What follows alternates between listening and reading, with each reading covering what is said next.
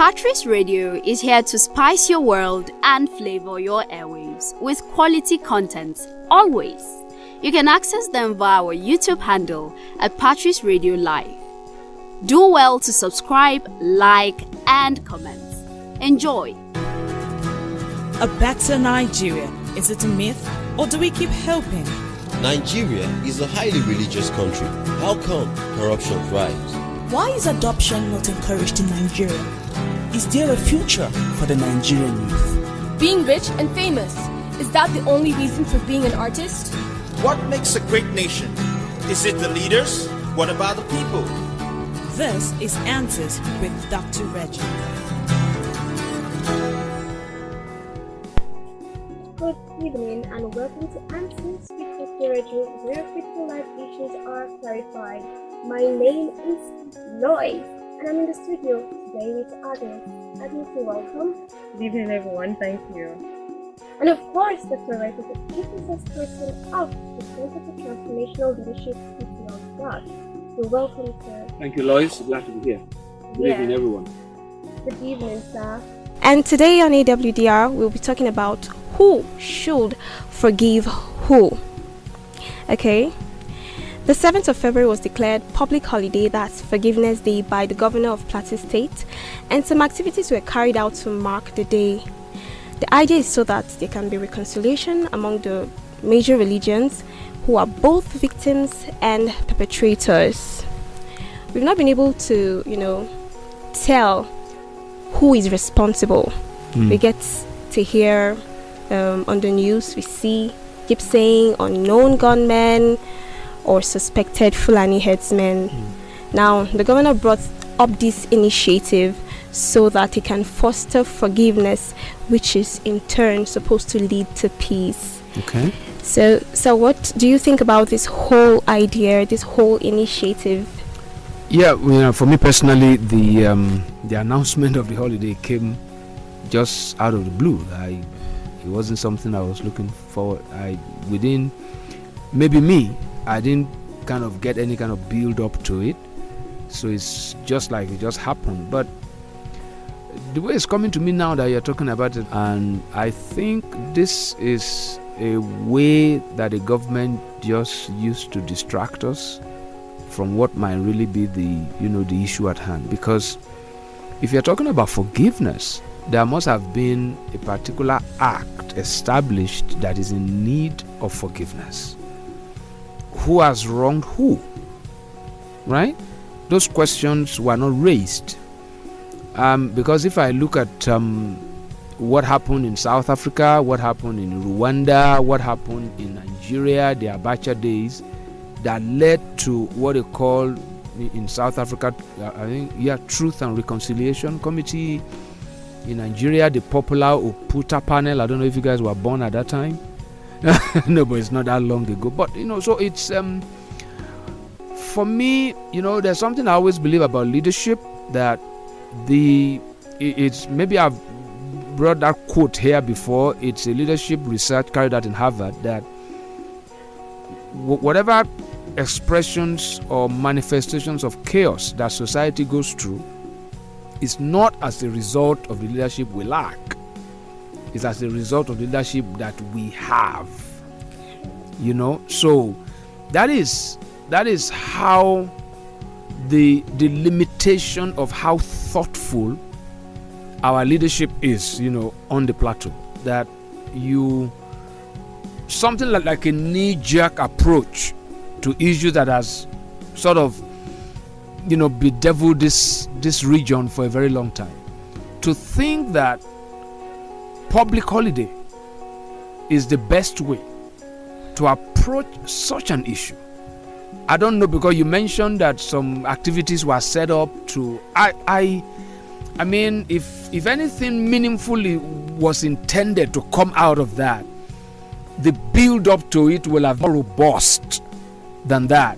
And I don't see the relevance of a public holiday.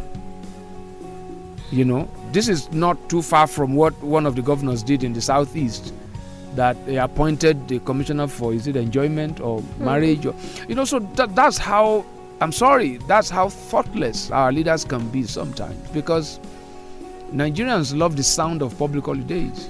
We don't even know the economic implications of a work-free day because there are no statistics to measure that. So it's for me, it's just like a distraction, just to get people off something that might be going on. You have not established. There is even a rumor, maybe it's a new development or the old one that we had about Kaduna State, when the governor said that they paid some Fulanis so that they won't come and kill, people in town. So all these things are happening.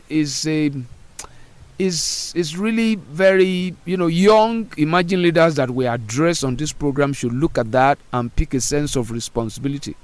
If this is the way things are going to continue, that the way to just switch a button and then all the crisis in Jos and Plateau and Nigeria will just go by a public holiday, that you want to use to promote forgiveness, and you have not established who wronged who, because I personally don't see any farmer, herdsmen clash.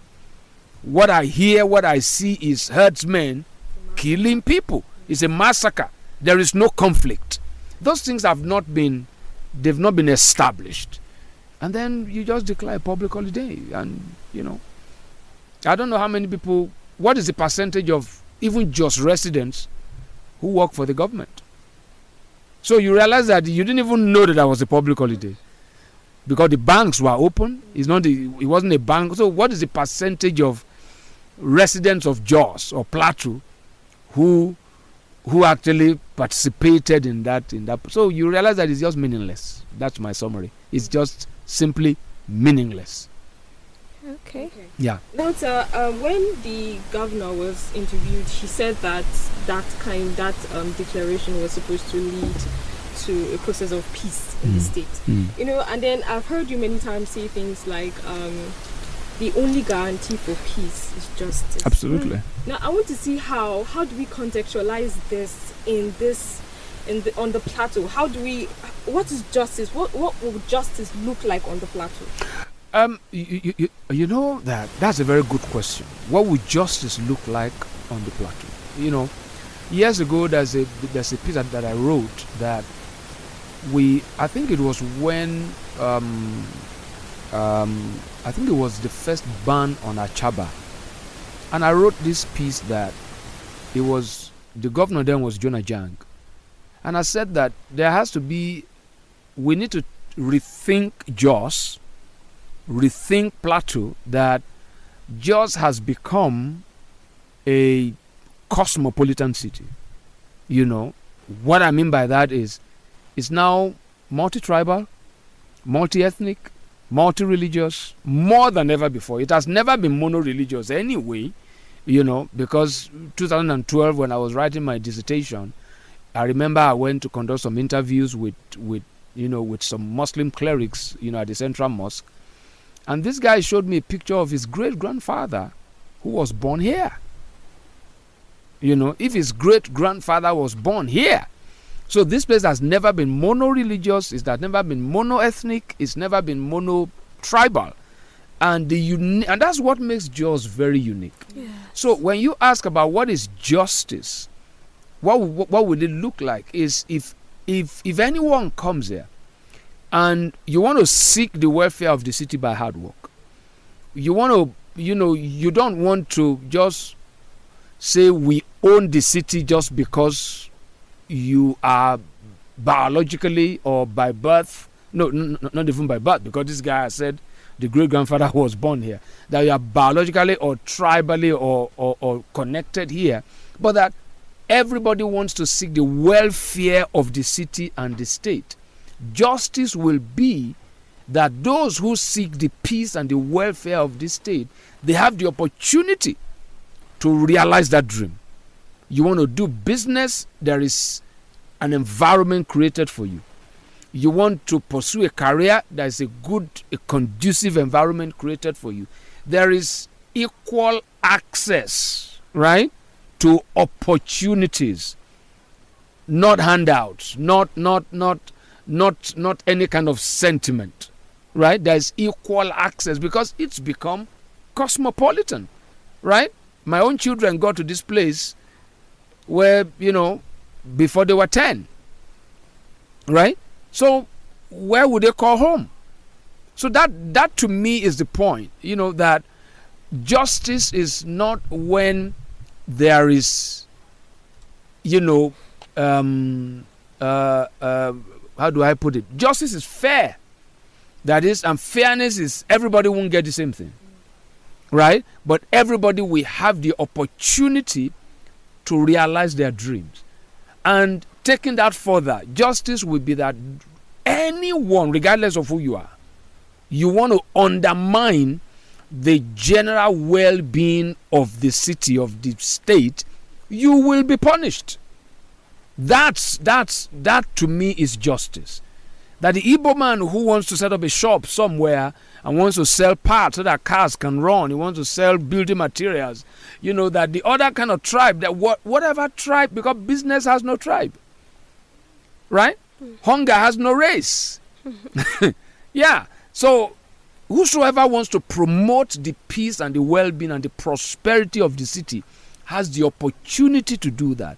Whosoever wants to undermine it, they are put where they belong, which is behind bars. That's justice. That's justice. So we don't need a holiday, right, to forgive ourselves, right? If all of us want to make this place livable, right, it becomes almost impossible, not just difficult, for those who don't want to make it livable to be punished appropriately. So that's justice. Justice is fairness. Justice is everybody don't get the same thing. That won't be fair. But if you put in, your input determines your output. If you work hard, the environment is conducive for you to, to get rewards for your, for your hard work. And if you are lazy, you also get rewards for your laziness, which is hunger, which is pain.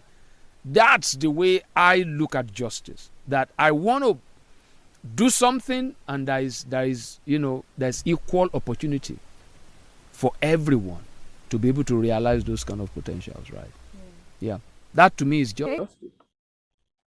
But do you think that? Because fine, if there's justice, you'll discover that there's hardly anything to fight for. Justice will tell us that there is enough to go around if you will put in the effort. That's what justice will announce. There's enough. It's when we have a perception that there is not enough to go around that we begin to sort of fight for stuff. Where people live in Jos is not up to where people don't live. And that's the reality all over the world, right? There are resources in the world to make the 8 billion people billionaires. And there's still room for more billions to become billionaires. There are a lot of businesses that's never been done. There's an article that was published, I'm sorry I'm taking a long time on this. There was an article that was published about 3-4 years ago about that this article itemized, I think, 10 jobs that were not in existence 10 years before. 10 years ago, there was something called an Uber driver. 10 years ago, there was nothing called, as at the time this article it was written, there's something called social media manager. 10 years ago, 15 years ago, there's no internet radio. Yeah. So that's what happens. People tend to want to protect, they want to have a sense of entitlement when they have this perception that things that are available can go around. And that undermines justice. I'm sorry I took a long time. No, it's okay. It's profound. Sir, are we allowed to throw and apportion blames? If we are to throw and apportion blames, do we blame it on tribes, religion, or the government? Because somehow, I don't know, I think it's somehow interwoven, okay? It's connected. Yeah. It's either, the government is doing this, or some tribes are, having conflicts as regards this, or religions, but most of it is the religion. Are we allowed to throw blames? Yeah, I mean, if I want to answer straight away, maybe in one sentence, whatever happens in any society, even down to the family, if in the family you blame the parents for whatever happened, because they're the ones saddled with the responsibility of making sure that things work in the family. So it basically rests on leadership. But you see, we've said that for the umpteenth time, that leadership is a challenge, but it's leadership, not the leader, not the person. So when you say leadership, everybody now has to take a share of that blame, right? Because I have crisscrossed this country.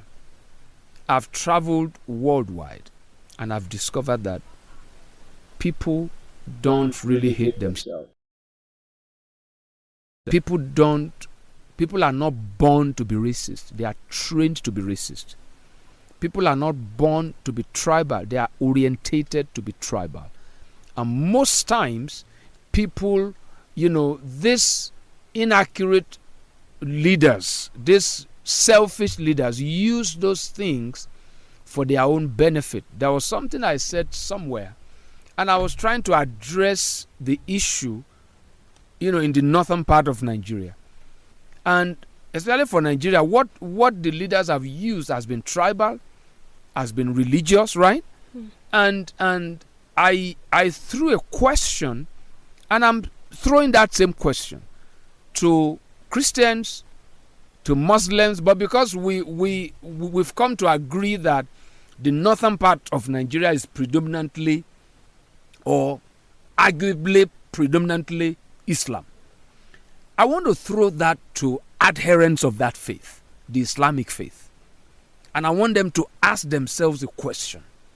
Why is it that the Islam variant in Nigeria, which is predominantly, because the stats that came out is that 86% of poverty in Nigeria is in the north. 86%. I want the adherents of the Islamic faith who are predominantly resident in the northern part of Nigeria to ask themselves this critical question. How come our own variant of the Islamic faith is synonymous with poverty? No, let's even look at it in economic terms. Most of the rich nations on earth are predominantly Islam. Statistics wise, the most educated people on earth in terms of national spread are Iranians. Iran is predominantly Islam. One of the richest countries in the world is Saudi Arabia. Saudi Arabia is predominantly Islam. If you go to Kuwait, they are very wealthy. Look at Dubai. Dubai runs on Islamic orientation. Friday is a work-free day in Dubai. These are wealthy societies. How come that the Islamic, enclave of Nigeria is the poorest in Nigeria? The adherents of this faith in Nigeria should ask themselves the question. Look at, if you see how many of other people of other faiths that you have their children beg on the street. There is something wrong with our own variant of Islam that is synonymous with poverty. The poorest, 86% of the poverty in Nigeria is in the north. When you further break it down, bulk of it, if not all, are Muslims. The president came out to say that 90% of those that Boko Haram kill are Muslim. Are Muslims animals? You see, these are the issues that we need. So when you say, who do we blame? Someone is using this religion to pursue, to realize their political, dreams. I don't think Muslims, naturally speaking, hate Christians. And I don't think Christians hate Muslims. Any Christian that hates Muslims was trained to do so. That's right. For political reasons. The Muslim that hates the Christian was trained, orientated to doing so for no reason. What's tribalism? To hate someone that is not of your tribe for no reason. What's racism? to hate someone who is not of your race for no reason, just because it's different from you. Someone is writing a script that the ignorant are just playing out. They, for me, our brothers and sisters of the Islamic faith in the north need to ask their leaders this question. Right? It is inhuman for a young Fulani boy to walk a cow from Sokoto to Port Harcourt. That's inhuman. And they hide under that religion. They hide under that kind of culture. There was a time where nomadic life and living was okay. But times have gone. You can't be walking cows all over the place. That's not, you see, crime has no tribe.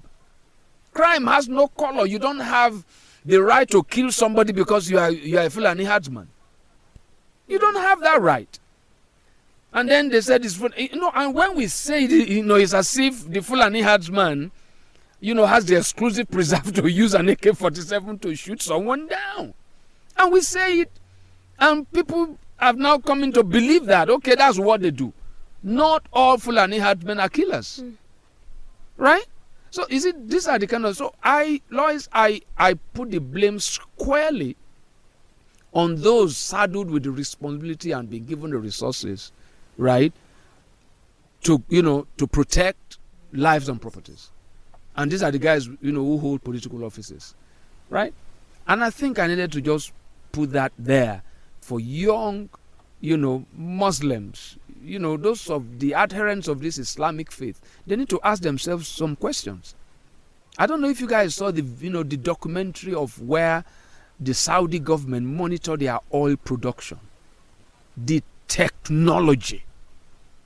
But when you look at what we call Islam here, it's poverty, it's illiteracy. They're the ones that they don't, the whole this thing about Boko Haram is, the meaning, I hope you guys know, Western education is a sin. Those who are promoting that, they have Western education. So somebody needs to ask some very honest questions. How come you can speak English and you're saying Western education is, is a sin?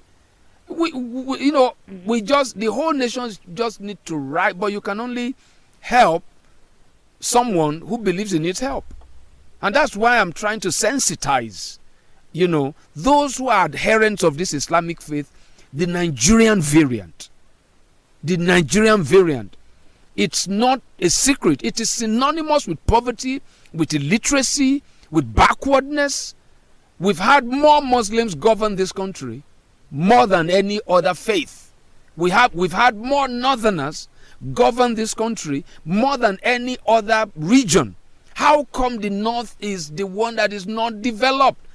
The young ones should ask questions. They should ask questions. I don't know if it's correct to talk about this, but my aunt, her house was invaded by suspected, Fulani men, and her children were kidnapped and they were taken away. Now, they had to pay, a ransom to get them back. Yeah. And, these things, are on the increase. My problem is, the rumors I get to hear is that there are people who are behind this. People who are even indigents who know these people that collaborate. And then we keep talking about Fulani headsmen. Who are they? Yeah. Okay, and the religion is, we want to say, oh, they are Muslims. But we have indigents who, are people, our people, say your neighbors, your uncle, your auntie, and then they are collaborating. And I'm like, okay, I don't understand, why is this going on? And then we keep blaming, a particular people when there are people who are, within us who are doing this. How can you? That's the reason why we say that it's so thoughtless to say that you declare a day, public holiday for forgiveness, when the real questions have not been asked and answers sought. You see, what you just said really captures it. You see, terrorism or any crime at that thrives on local sympathy or outright support. Right? Local sympathy or outright support. In the same way, security can only be assured by local sympathy, local commitment, and local support. If the locals don't allow terrorism, it won't happen. Right? There was a time in this country, there was a jungle on radio when we are, fighting the armed robbery scourge. And I remember the radio, I don't know whether it was Efra's, and they said, armed robber not be spirit. Right? Armed robber not be spirit. They are our neighbors. Yes. They are human beings. I grew up in a village. Maybe I've said that on this program many times. I grew up in a village. If somebody steals anything, we know the person. If a house was boggled, we know the caliber. We know it's not the person that stole a pot of soup from the fire that boggled the house, because there are categories. It's the same thing. So who is afraid of decentralizing, security? There is no way. You see, they say something in African idiom, especially maybe in the southwest, that the insect that eats the vegetable is in the vegetable. They say that if the enemy within doesn't attack you, the one outside cannot succeed. So there is always that. Nobody can come and kidnap your aunt, your nephew and your nieces without local support. Somebody gave away the information. Somebody, has said something that, this thing is happening here. So it's a no-brainer. We know it. Abacha said it in this country. If any form of insurgency goes on for more than 24 hours, the government is aware. It's either they are right behind it or they are looking away for a personal benefit. I saw an interview that Buhari gave when he lost the election, when he was in the opposition. He put it squarely on the government that they must be benefiting from Boko Haram. Now the table has turned, right? It's as if he should just play that same video. I think it was an interview on maybe BBC or something like that. He should just play that video and hear himself. Right? It's not possible. Boko Haram they don't have air power. Herdsmen don't have air power.